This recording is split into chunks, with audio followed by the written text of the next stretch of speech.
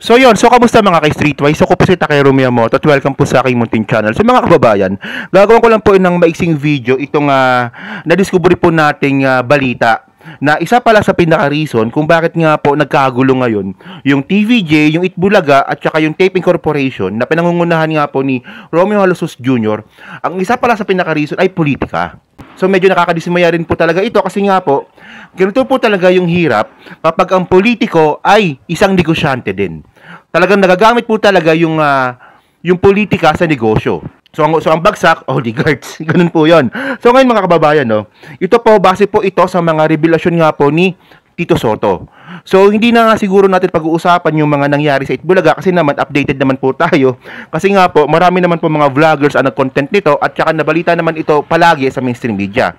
Yung pag-uusapan lang po ngayon natin dito yung bagong revelasyon nga po ni Tito Sotto na gagamitin pala sa politika ang Itbulaga. Kaya pala ito pala yung isa sa pinaka-reason kung bakit sila nagkagulo. So basahin lang po natin itong balita po na to. Ang sabi dito, no, made for halushos. Tito Sotto reveals plan to scrap popular Itbulaga segment. Okay, continue lang natin ha. Ang sabi dito, former Zamboanga del Norte representative and convicted child rapist Romeo Alosos Sr. Okay, may kasama pa talagang ganun sa article. Okay, continue. Okay, wanted to replace a popular segment of Itbulaga to promote the party list he will form, ex-Senate President Tito Sotto has revealed. So, ito lang, tagalugin ko lang, no? So, may plano pala itong bagong chairman pala ng tape na tanggalin yung isa po sa pinaka-popular po na segment po ng Itbulaga at palitan po ito ng ibang segment dahil nga po, gagamitin po ito sa politika. Okay, continue lang natin, no? Kasi medyo interesting kasi ito, eh. Ang sabi dito, no? In an interview on DWIZ Radio Saturday, June 3, Sotto shared political agenda behind the Alosos plan to pull the plug on Bawal Judgmental. A game segment has been part of Itbulaga since 2019. So 4 years na. Okay, so ito na medyo interesting dito. Recalling a conversation he had with a representative of Alosos, Sotto said he learned that the chairman of Tape Incorporation wanted to replace Bawal Judgmental because he was bored. Anong gustong ipalit, sabi nga po ni Tito Sotto? Search for kasambahay. So parang beauty contest po ito ng mga kasambahay. Okay, sige, ito na. Sotto quoted the person he talked to us saying, the former president noted that Itbulaga used to have a pageant for domestic helpers called Made in the Philippines, but its rating flopped after its maiden season. So ang plano po pala ng bagong chairman nga po ng Tape Incorporation ay tanggalin nga po ang bawal ang judgmental at palitan po ito ng isang beauty pageant po sa mga domestic helpers or sa mga kasambahay.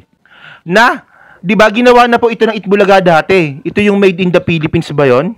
Oh, Made in the Philippines na nag-flop. So, ang tanong dito, bakit nyo uulitin ng isang segment na nasubukan na nga po na nag-flop? So, ito po pala yung reason, okay? Ito yung reason, okay? When Sotto pressed Alosos, representative for details on the reformatting plan, the person said, sabi kasi may ipa-file na party list si Romy sa kasambahay. So, ipo-promote sa Itbulaga. So, ayun yun, okay? So, ayun, di ba? Medyo bad trip. So, pero ito na. Hingilan tayo ng konti. Okay, ito pa. Continue tayo. So, ang sabi nga po ni Tito Sotto, so, papalitan mo ang isang magandang programa dahil meron kang isang political agenda. Ganun yun. Sotto added. So, yun nga po mga ka-Streetwise. Ngayon, ito yung sinasabi ko nga po kanina na mahirap po talaga pag ang negosyante po ay isang politiko din. Kasi po magkakaroon po ito ng paggamit ng gamitan, vice versa. Magagamit yung negosyo sa politika at yung politika magagamit sa negosyo. Well, mga ka-Streetwise, no, baka sabihin nyo na naman dyan na bakit si Tito Sotto, Senate President, pero main host pa rin ng Itbulaga. So mga ka-Streetwise, no, ako hindi naman ako makasoto, di ba? Hindi naman ako makasoto. Well, parang ako kay Sotto eh. Okay, hindi, sa gitna, parang ganun lang ako kay Tito Sotto. Pero mga kababayan, no, base lang po sa obserbasyon ko, di ba? Sa nakikita ko lang po, no, hindi po ginagamit ni Tito Sotto yung Itbulaga sa pamumulitika. Kung makikita po natin, no, tuwing campaign period, si Tito Sotto hindi niyo na po nakikita sa Itbulaga kasi nga bawal. At even doon, no, at ito lang napansin ko lang, no. Yung pagiging Senate President nga po ni Tito Sotto noon, 'di ba? Para sa akin kasi deserve niya 'yun eh. Marami pong natutunan si Tito Sotto sa Senado. So, kaya siya naging Senate President. At saka well, hindi na rin po kasi bago si Tito Sotto sa mga campaigns. 'Di ba? Dala-dala ni Tito Sotto ang sarili niya. Pero iba po kasi po dito kay Halushos. Kasi nga po si Romeo Halushos Jr. nga po, gagawa po ng bagong segment sa Itbulaga at gagawa rin po ng bagong party list para po i-promote doon sa Itbulaga. So, ibang usapan po yun. At mga ka-streetwise, no, sa tingin ko lang po talaga na medyo malabo na rin po talaga na magkaayos to. Kasi nga po, mukhang pinag-uusapan na rin po talaga nila yung paggamit nga po ng pangalan po ng Itbulaga. Kung sino yung pwedeng gumamit po ng pangalan ng Itbulaga. Kung ito ba ay sa tape or ito ba ay sa TVJ. So dahil nga po dyan mga kababayan, no, mukhang hindi po talaga bibitawan ng mga Halushos itong pangalan po ng Itbulaga. And besides nga po mga kababayan, no, may mga chismis din po talaga na meron na po talagang kinakausap ang Tape Incorporation para po sa mga bagong host nga po ng Itbulaga. Ito yon. At ito rin po yung medyo controversial po dito. No, bukod nga po kay Paulo Contis na kinakausap na po ng tape, bukod din kay Betong, kay Buboy Villar, at saka kay Kuya Kim, lumalabas din po yung pangalan po ni Alexa Miro. Okay? Well, syempre, kung talagang updated po kayo sa mga chismis po sa politika at showbiz, alam po natin na meron pong nababalita po na girlfriend daw po or MU or whatsoever kasi nga tinanggi naman ni Alexa Miro na meron silang relasyon ni Sandro Marcos. Pero ang punto nga kasi dito, 'di ba? Medyo mahusay din po talaga ang mga Halushos kung totoo po talaga na kukunin talaga nila si Alexa Miro na magiging host nga po ng Itbulaga. Kasi nga po, syempre, Alexa Miro, Sandro Marcos, and then presidente connected. So medyo interesting ng konti. Yun nga lang, konti lang. Kasi para po kasi sa akin mga kababayan po, hindi po talaga hindi magiging Itbulaga ang Itbulaga kung walang TVJ. Ayan po yung para sa akin. Kasi bata pa lang ako eh. Mas matanda pa sa akin yung Itbulaga eh. Itbulaga na yan eh.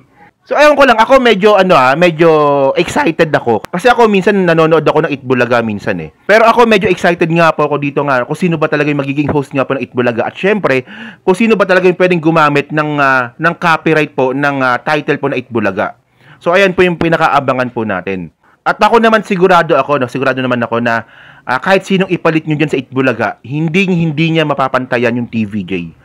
On my own opinion. Institution na po yung TVJ sa noontime show. Ayun po yung punto dito. And then, merong isang Romeo Halushos Jr. na anak ng convicted. Sabi ng balita anak ng convicted na politician ang biglang i-epal po sa tape at gagamitin nga po yung Itbulaga sa politika. Na kung si Tito Sotto nga 'di ba? Napaka-minimal or kung ginagamit man ni Tito Sotto ang Itbulaga sa politika, hindi halata. Hindi katulad po ng gusto nga po ni Romeo Halushos Jr. na garapalan. 'Di ba? So kayo po mga ka-streetwise, no, ano po masasabi nyo nga po dito sa content po ngayon natin? Medyo interesting po kasi ito sa akin kasi nga po, Itbulaga, politika, Sandro Marcos. Kaya nagawa ko ng content. So kayo po, ano po masasabi nyo nga po sa content po ngayon natin? Paki-comment lang po sa baba at binabasa ko pong lahat yan. At syempre, gusto ko rin po may natututunan po sa mga comments po ninyo. So hanggang sa muli po, maraming salamat po sa inyong lahat. Itbulaga! Ako po si Takay Romeo Moto. Babush!